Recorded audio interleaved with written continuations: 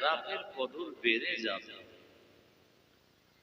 দাদা হুজুর কেবলা, পাঁচ হুজুর কেবলার সময়ে এক পরিস্থিতি ছিল ভাই, আবার আমার মুরব্বী হুজুর কেবলা, আব্বা হুজুর কেবলাদের সময় একটা পরিস্থিতি, আর এখন আর একটা পরিস্থিতি চলছে ভাই। বাস্তব বলছি আপনার, ফুল চলে গেছে, ফুলের বাগান চলে গেছে, আমরা কাঁটাযুক্ত ফুল কিছু রয়ে গেছি, চকচক করছে, গিলটির চকচকানি দেখছেন শুধু আপনারা, দেখে সোনাকে ভুলে যাচ্ছি। দেখছেন কত সুন্দর আল্লাহ কানে এসে সাজিয়েছেন, একটা ফুল ছেড়ে নাকে দিয়ে শুনছেন, খুশবু আছে ভাই, দেখতে ভালো লাগছে, প্লাস্টিকের ফুল হয়ে গেছে। আমরা দোকানে মাল থাক না থাক, চকচক করলেই হবে। যে বর্তমান সময় কথা বলছি, আমরাও সব দুনিয়াদার হয়ে যাচ্ছি, আমাদের তরুণ তাজা ছেলেগুলো এরাও সব দুনিয়াদার হয়ে যাচ্ছে। আমার হুজুর কেবলারা ছিলেন দিনদার, তারাও সব তৈরি করে দিয়ে গেছে। দিনদার লোকগুলো বসে আছে বয়স্ক মানুষগুলোর কারণে।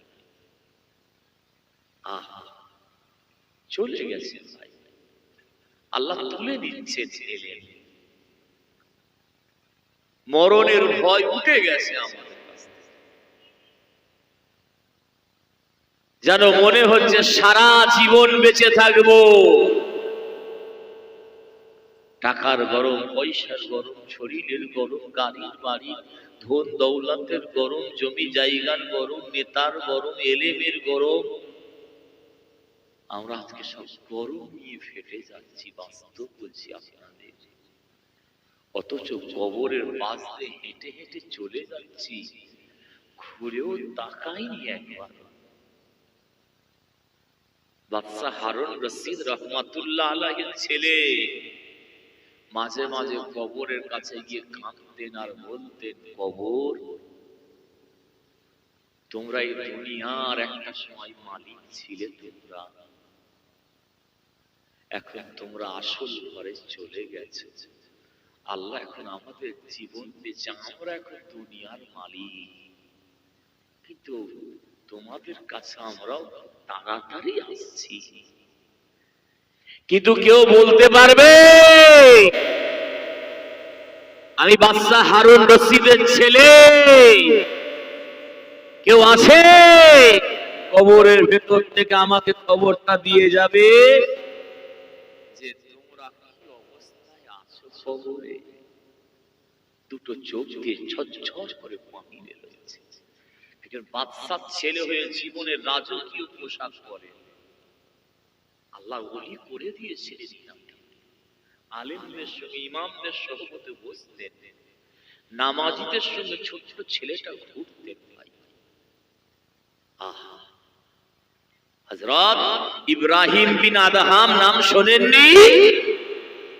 বাদশা ছিলেন, রাজ দরবারে মতির সিংহাসনে শুয়ে আছে, চারিদিকে মিলিটারি সৈন্য সামন্তর কমান্ডাররা সব পাহারা দিচ্ছে। ভাই, হঠাৎ গভীর রাতে রাজ দরবারে ছাদের উপরে মানুষ দৌড়লে যে আওয়াজ হয়, সেই আওয়াজটা পেয়েছে,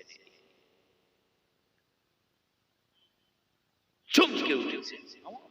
দরবারে মানুষ দৌড়চ্ছে, চারিদিকে সৈন্য সামন্তর পাহারা দিচ্ছে, কি করে হয়? উঠে পড়েছেন একা। রাজ দরবারে ছাদের উঠে দেখছে একটা মানুষ সাদা পোশাক পরে দাঁড়িয়ে আছে, গোটা শরীর থেকে নূর চমকাচ্ছে। একবার জোরে বলুন সুবহান। জিজ্ঞেস করেছেন, মান আনতা, আপনি কে? আমার রাজ দরবারের পার্লামেন্টের চারিদিকে মিলিটারি সৈন্য সামন্ত সব পাহারা দিচ্ছে, এর ভিতরে আপনি এলেন কি করে? এই শুনছেন আপনারা? কি খুঁজছেন? এরা দৌড়দৌড়ি করছেন কেন? বলছে, বাদশাহ, আমার একটা ঘোড়া হারিয়ে গেছে। কি হারিয়েছে? ওই ঘোড়াটাকে আমি খুঁজছি। কেউ যদি এরকম রাত্রেবেলা ছাদে দৌড়ই, তাহলে ঘোড়া হারিয়ে গেছে, ছাদে খুঁজছি, মানে সামনে কিছু থাকলে মার ফাঁক যাবে। এই বাস্তব বলে পাগল, মাথা মাথা খারাপ নাকি? তখন বাদশাহ হারুন রশিদের মাফ করবেন, হুজুর বলছেন, কি বলছেন? ঘোড়া হারিয়ে গেছে তোমার। ঘোড়া হারিয়ে গেলে জঙ্গলে খুঁজতে হয়, মাঠে খুঁজতে হয়, তুমি রাজ দরবারের উপরে ঘোড়া খুঁজছো? ইব্রাহিম বিন আদহাম এর কথা শুনেছেন আপনারা? তখন বলছে, বাদশাহ আপনি ঠিক বলেছেন, ঘোড়া হারিয়ে গেলে রাজ দরবারের ছাদের উপরে খুঁজলে ঘোড়া পাওয়া যায়। ঠিক বলেছে। আর সোনার হীরের মুক্তার খাট পালঙ্কে শুয়ে আল্লাহ আল্লাহ করলে আল্লাহকে পাওয়া যাবে। এই কথাটা বলে সেকেন্ডের ভিতরে মানুষটা আউট হয়ে গেল। আল্লাহ কাকে কিভাবে হেদায়েত করে দেখে। রাজত্ব, বাদশাহিত্ব সব ছেড়ে দিয়েছে। দুনিয়াটা তো মুসাফির খানা, এটা তো টুরিস্ট প্লেস। বাস করেছেন, বেড়াতে যাচ্ছেন মুর্শিদাবাদ, বাস করেছেন, বেড়াতে যাচ্ছেন কলকাতায়, সায়েন্স সিটি, যেমন বেড়াতে যে খেয়ে দিয়ে হই করে চলে এলো। দুনিয়াটা হচ্ছে টুরিস্ট প্লেস। কেউ সারা জীবন থাকবে না ভাই, মেহমান হয়ে এসেছেন। আসল জায়গায় ছেড়ে চলে যেতে হবে। আল্লাহর ওয়াদা, কুল্লু নাফসিন যায়িকাতুল মউত। আহা, মৃত্যু স্বাদ গ্রহণ করতে হবে ভাই। আমি এসব ওয়াজ করা ছেড়ে দিয়েছিলাম, বিশ্বাস করুন। আপনার আমার পীর মুর্শিদ যেদিন থেকে ইন্তেকাল করে গিয়েছেন, তারপর থেকে ওয়াজ আমি করতে পারতাম না। সব ওয়াজ এই জায়গাটায় কষ্ট পেলাম। আল্লাহ সাক্ষী, মরতে হবে, কবরে যেতে হবে। কি করে থাকবো ওখানে, কি অবস্থায় আছে, এসব আমরা ভাবি না। কে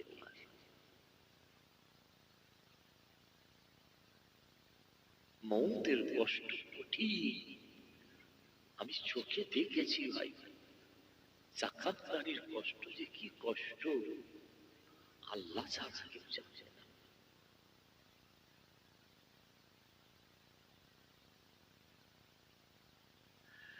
মুসলমানের ঘরে ছেলেরা, মেয়েরা, মায়েরা, বোনেরা, ও বিশ্ব নবী দেওয়ানাগণেরা, আমাদের ঘরে সোনার মানিকেরা ও নারায়ণপুরের মানুষেরা, আপনারা দোয়ার মাহফিলে এসে একটুখানি শুনিয়ে দিয়ে যায়, স্মরণ করিয়ে দিয়ে যায়। আরে একজন নবীর কথা আজকে আপনাদের শুনিয়ে দিয়ে যায়। এই নবী মাঝে মাঝে আল্লাহ পাকের আসমানের দিকে তাকিয়ে কাঁদতেন আর বলতেন, দোয়া চাইতেন।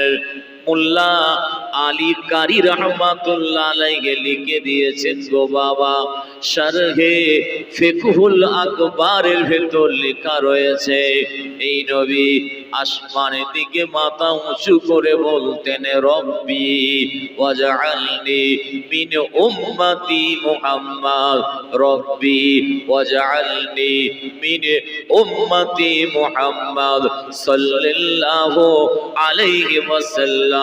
বলতেন, আল্লাহ আপনি আমাকে নবী, রাসূল, পয়গম্বর না করে আল্লাহ পাক আপনি যদি আমাকে বিশ্ব নবীর উম্মত করতেন, আখেরি নবীর উম্মত করতেন, আল্লাহ আল্লাহ আমার জীবনটা অনেক ধন্য হয়ে যেত। ও ও তরুণ তাজা যুবকেরা, কোন নবীর কথা বলছি জানে? যে নবীকে আমার আল্লাহ বিনা বাপেতে দুনিয়া জমিনে পাঠিয়ে দিয়েছিলেন গো বাবা। যে নবী মায়ের পেট থেকে এসে মায়ের কোলে শিশু অবস্থায় আমার আল্লাহ জবানটাকে খুলে দিয়েছিল গো বাবা, কথা বলেছিলেন। যে নবীর দোয়া আমার আল্লাহ কোন নবীদের দোয়া কবুল করেনি গো বাবা। যে নবীর দোয়া আমার আল্লাহ শুধু কবুল করে নিয়েছিলেন, কি দোয়া জানেন? রব্বি ওয়াজআলনি মিন উম্মতি মুহাম্মদ। আল্লাহ, আপনি আমাকে যদি নবী রাসূল পয়গম্বর না করে যদি আখিরি নবীর বিশ্ব নবীর উম্মত করে পাঠাতেন, জীবনটা ধন্য হয়ে যেত। আমার আল্লাহ এই নবী দোয়াটা কবুল করে নিয়েছিলেন গো বাবা। কবুল করে নিয়ে সশরীরে জীবিত অবস্থায় আমার আল্লাহ চতুর্থ আসমানে তুলে নিয়েছেন গো বাবা। তিনি আবার দুনিয়ায় আসবেন। দুনিয়ায় আসবেন, যখন আসবেন তখন নবী রাসূল পয়গম্বর থাকবেন না।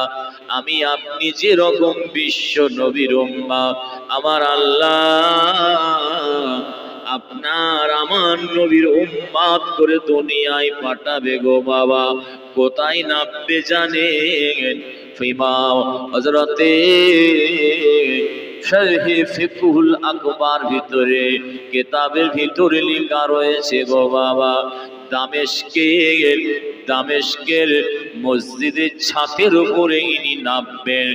নেবে সিঁড়ি দিয়ে যখন নিচে নামবেন, নামার সঙ্গে সঙ্গে দুনিয়া শেষ মুজাদ্দেদের সঙ্গে ইনার সঙ্গে প্রথম দেখা হবে গো বাবা। পৃথিবীর শেষ মুজাদ্দেদ কে জানেন? হযরতে ইমাম মাহদী আলাইহিস সালাম কে আল্লাহ করে দিয়েছেন। আর একবার জোরে বলুন সুবহানাল্লাহ। শুনছেন তো না কেমন তাকবীর দান তো নারে তাকবীর। সব এরকম হয়ে গেল কেন? এক টাইপের হয়ে গেল। মাশাআল্লাহ, যদি যায় ছোট ছোট চাঁদা রয়েছে জোশ আছে।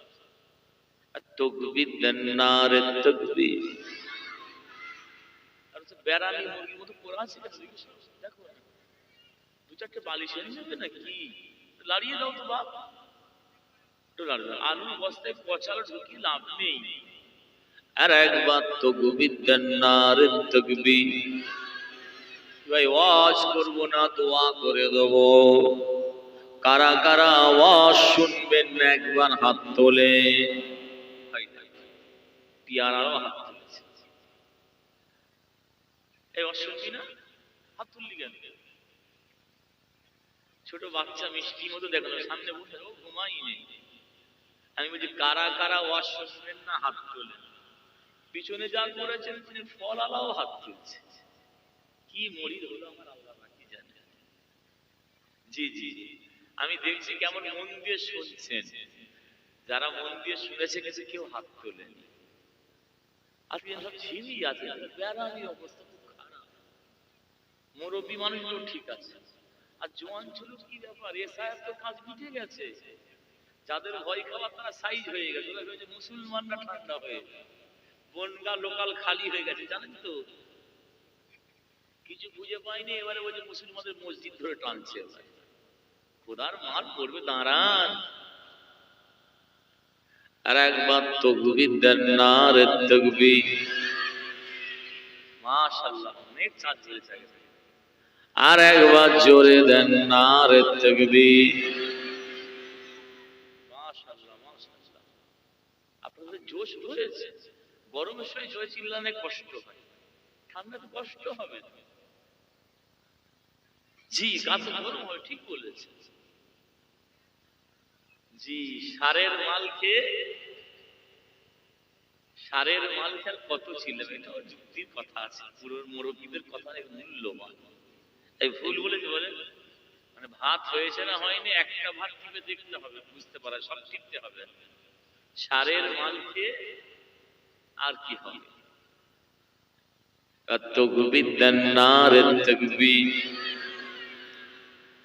আমার ভাইরা, ও বিশ্ব নবী দেওয়ানারা, খুব মন দিয়ে শুনুন, অত্যন্ত গুরুত্বপূর্ণ কথা আজকে আপনাদের বলে দিয়ে যাচ্ছি। কবরে যাওয়ার আগে পর্যন্ত আপনারা উপকার পাবেন। ও নারায়ণপুরের মুসলমানেরা, খুব মন দিয়ে শুনুন। আরে সেই নবী দুনিয়ায় আসবে, গোটা পৃথিবী পরিচালনা করবে গো বাবা। সেই নবীর মাকবারটা, কবরটা কোথায় হবে আপনারা কি জানেন? আরে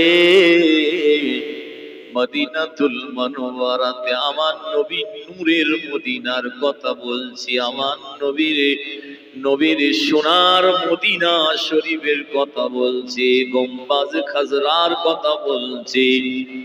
ও ভাইয়েরা, বিশ্ব নবী রওজায়ে মুকাদ্দাসের ভেতরে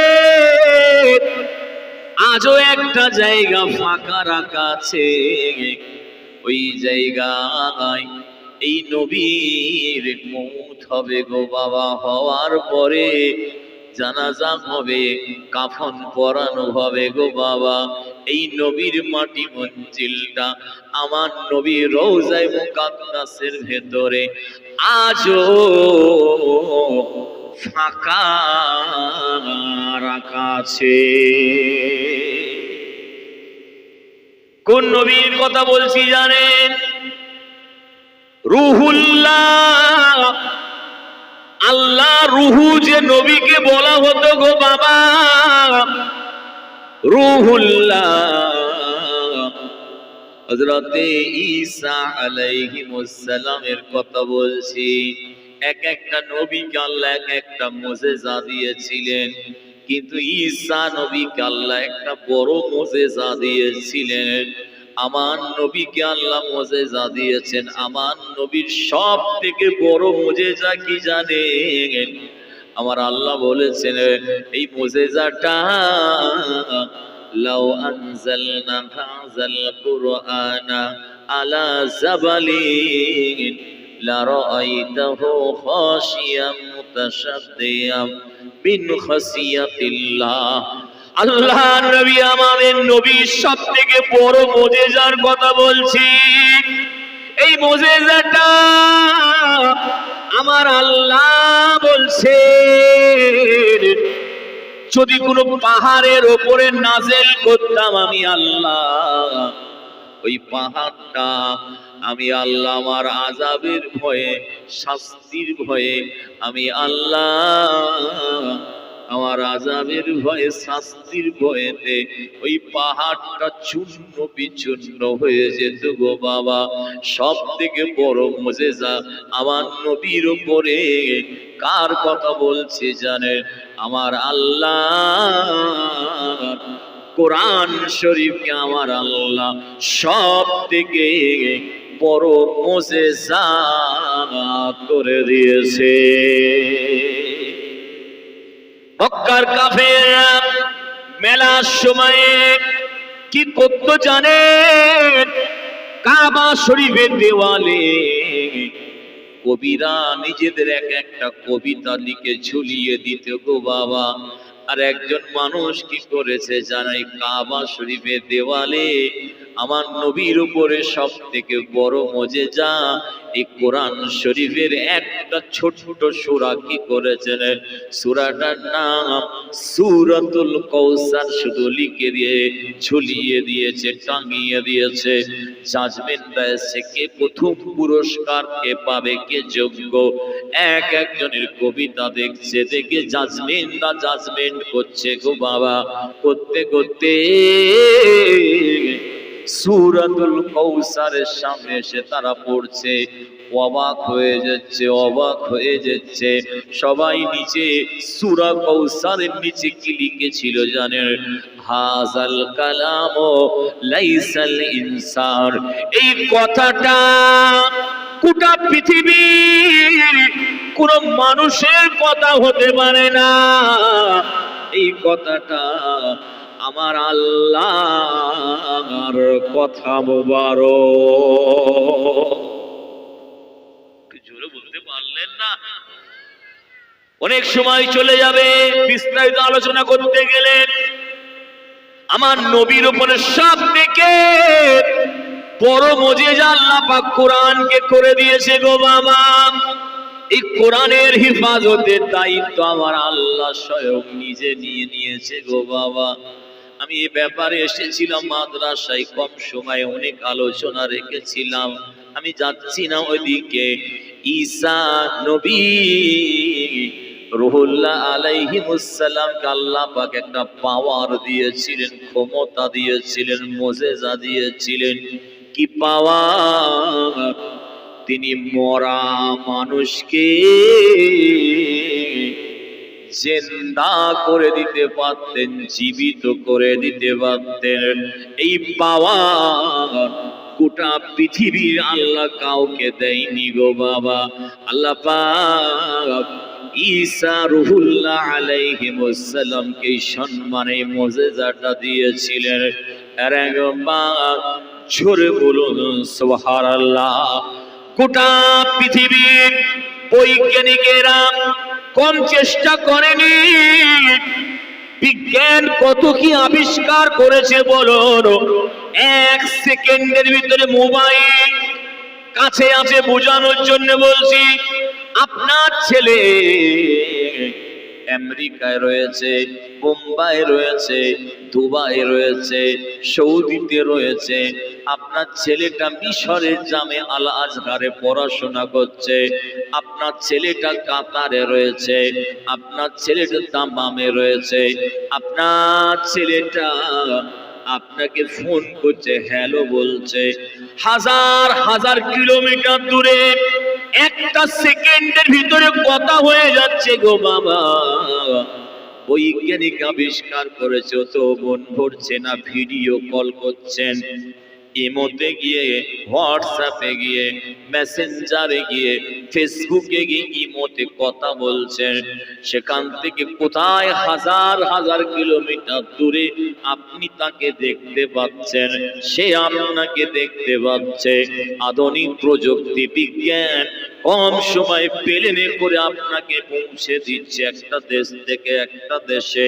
চিন্তা করেছেন, কিন্তু বিজ্ঞান সব আবিষ্কার করেছে গো বাবা, কিন্তু এই আবিষ্কারটা করতে কম চেষ্টা করেনি।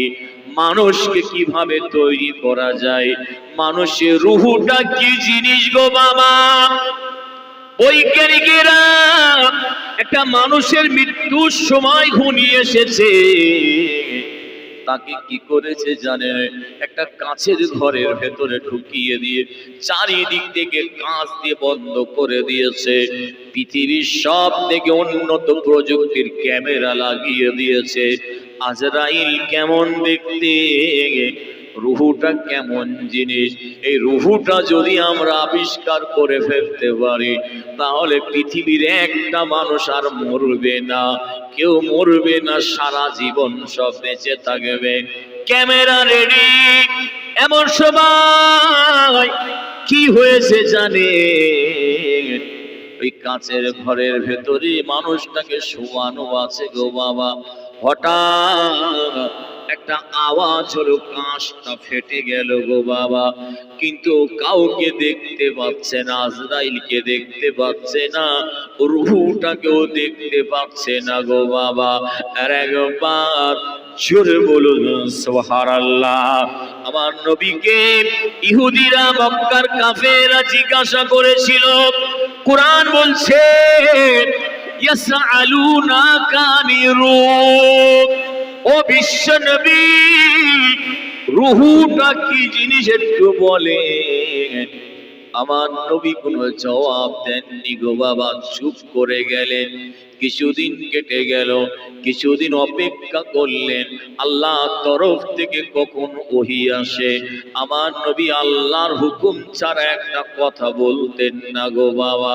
আমার আল্লাহ কিছুদিন পরে কোরআনের আয়াত নাযিল করে আমার আল্লাহ জানিয়ে দিয়েছিলেন, হাবিব ওই ইহুদি পণ্ডিতদের আপনি জানিয়ে দেন আমি আল্লাহ বলছি, ইয়াসআলুনাকা আনির রূহ, তারা আপনাকে সওয়াল করেছিল রূহ সম্পর্কে, আত্মার সম্পর্কে কি জিনিস, আপনি জানিয়ে দিন রূহটা হলো মিন আমরে রব্বি, এটা একমাত্র আমার আল্লাহ, এটা একমাত্র আমার রবের আদেশটাই হচ্ছে রূহ। আর একবার জোরে বলুন সুবহানাল্লাহ, আরো জোরে বলুন সুবহানাল্লাহ। আমার ভাইয়েরা, কিন্তু আমার আল্লাহ ঈসা নবীকে ক্ষমতাটা দিয়েছিলেন, মরাকে মৃত্যুকে জীবিত করতে পারতেন। তিনি কবরের সামনে গিয়ে যখন দোয়া চাইতেন, কাঁদতেন, আল্লাহকে বলতেন, আল্লাহ এই কবরবাসী দুজনকে আমি জীবিত দেখতে চাই। আল্লাহ কিতাবে এসেছে সঙ্গে সঙ্গে আল্লাহর হুকুমে মাটি ফাঁক হয়ে গিয়ে ওই কবরের ভেতর থেকে মুর্দা উঠে জিন্দা জীবিত উঠে দাঁড়িয়ে হযরতে ঈসা আলাইহিস সালামের সঙ্গে কথা বলতেন। আর একবার জোরে বলুন সুবহানাল্লাহ। আমার ভাইরা, ও বিশ্ব নবী দেওয়ানারা, আল্লাহ নবী রুহুল্লাহ আলাইহিস সালাম একদিন কি করেছেন জানেন? তানার আম্মা জানের কোরের সামনে গিয়েছে, মায়ের কবরের সামনে গিয়েছে গো বাবা। ঈসা নবী মায়ের কোরের সামনে গিয়ে কাঁদছেন, মাতার সামনে দাঁড়িয়ে, আম্মা জান, ও আমার আম্মা জান, আমি রুহুল্লাহ ঈসা, আপনার ছেলে আপনার কবরের সামনে দাঁড়িয়ে আছে মা। ও আমার জনম দুঃখিনীর মা, অনেক দিন হয়ে গেছে মা, আপনি আমার কাছ থেকে চলে গিয়েছেন মা, ইন্তেকাল হয়ে গিয়েছেন মা। মা, আমি রুহুল্লাহ আপনার ছেলে, আপনার কবরের সামনে দাঁড়িয়ে আছি মা। ঝরঝর ঝরঝর করে কাঁদছেন ঈসা নবী, এত কান্না কাঁদছেন আর বলছেন, মা আমার জনম দুঃখিনীর মা, আমার কেউ নাই আপনি ছাড়া মা, আপনি চলে গেছেন মা। আমার আম্মা জান, আমার আম্মা জান, আপনি শোনেন, আপনার ছেলেকে আল্লাহ নবী করে দিয়েছে মা, আপনার ছেলেকে রসুল করে দিয়েছে আল্লাহ, আপনার ছেলেকে পয়গম্বর করে দিয়েছে আল্লাহ। আম্মা জান, আমার মা অঝর নয়নে কাঁদছে, মায়ের কবরের সামনে ছেলে দাঁড়িয়ে কাঁদছে।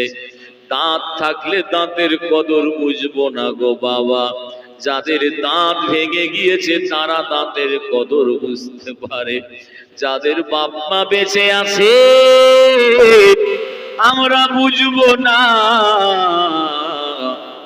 যাদের বাপ মা চলে গিয়েছে তারা বুঝতে পারে গো বাবা। বাপ মাকে বাচ্চাদের জন্য আল্লাহ বড় নিয়ামত করে পাঠিয়েছে গো বাবা। বাপ হারার কষ্ট, মা হারার কষ্ট আমার নবী বলেছেন আমি পেয়েছি, আমি জানি। যাদের বাপ মা হায়াতে আছে খবরদার, পীরের আওলাদ এসে বলে যাচ্ছি কোনোদিন কষ্ট দেবে না। যেদিন চলে যাবে সেদিনে আমি আবু হুরাইরা সিদ্দিকী আমার কথাটা সেদিন আপনাদের মনে পড়বে। ভাইজান বলে গিয়েছে খোদাই করে দেওয়ালে লিখে রেখে দাও, বাপ মার মতো নিয়ামত আল্লাহ কিছু করেনি গো বাবা। আমি জীবনে অনেক জানাজার নামাজ পড়িয়েছি, এই বয়সে মাইয়াত হয়ে গিয়েছে, বাড়িতে গিয়ে আমার ইসলাম আমার শরীয়ত আমাকে শিখিয়েছে, যেভাবে আমি বলেছি সান্ত্বনা দিয়েছি। কিন্তু যেদিন আমার হুজুর কেবলা ইন্তেকাল করে গেছে গো বাবা, সেই দিন থেকে আমি বুঝতে পেরেছি মা বাপ কত নিয়ামত জিনিস। বাবারা, খবরদার মা বাপকে কোনোদিন কষ্ট দেবে না বাবা। হাতে ধরে পায়ে ধরে বলে যাচ্ছি, মা বাপ খুশি হলে আল্লাহ খুশি হয়ে যাবে, আর মা বাপ নারাজ হয়ে গেলে যতই তুমি খাজা হুজুরের দরবারে যাও, ফুরফুরা শরীফে যাও, কোরা চাঁদ হুজুরের দরবারে যাও, আরে পাশেই ফুটিয়ারি হুজুরের দরবারে দোয়া চাও না কেন, আমি চ্যালেঞ্জ করে বলতে পারি ওই দোয়া আল্লাহর দরবারে তোমার কবুল হবে না।